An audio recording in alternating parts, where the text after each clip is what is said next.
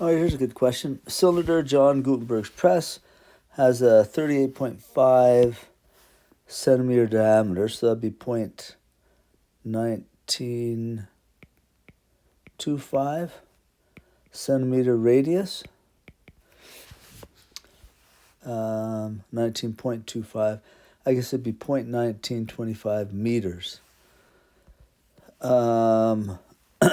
Then they say the linear speed of a point on the cylinder is 128 meters per minute. So that's a velocity, 128 meters per minute.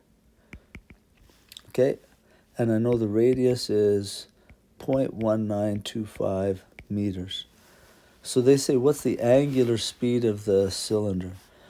Okay, so velocity equals RW, and I know velocity and this. I need to find that. So the angular velocity will be equal to the linear velocity divided by the radius. Linear velocity is 128 meters per second.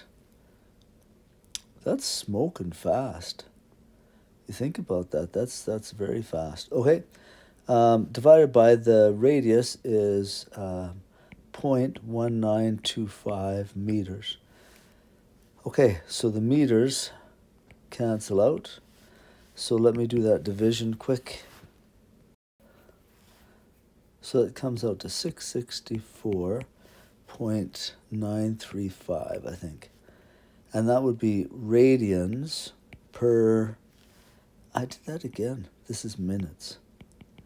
128 meters per minute. Not as fast as meters per second. Okay, radians per minute.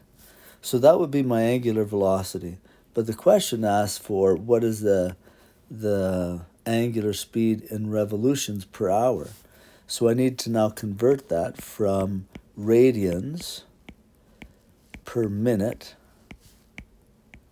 to revolutions per hour. So one thing I know is that 2 pi rads are the same as 1 revolution. And I know that 60 minutes are the same as 1 hour. So the minutes cancel, I wind up with revolutions per hour. So I just need to multiply that by 60 divided by 2 pi. Let me do that just a sec. 49. Okay, so this comes out to 6639 point something. 6349.66. Round to the nearest tenth, so 6649.7 revolutions in every hour. Right, hopefully that helps you with that question. Now, if you check the answer key, I think that they calculated that wrong. But this is the correct way to do it. I've got the formula, that's correct. I've got the velocity correct with the minutes in there.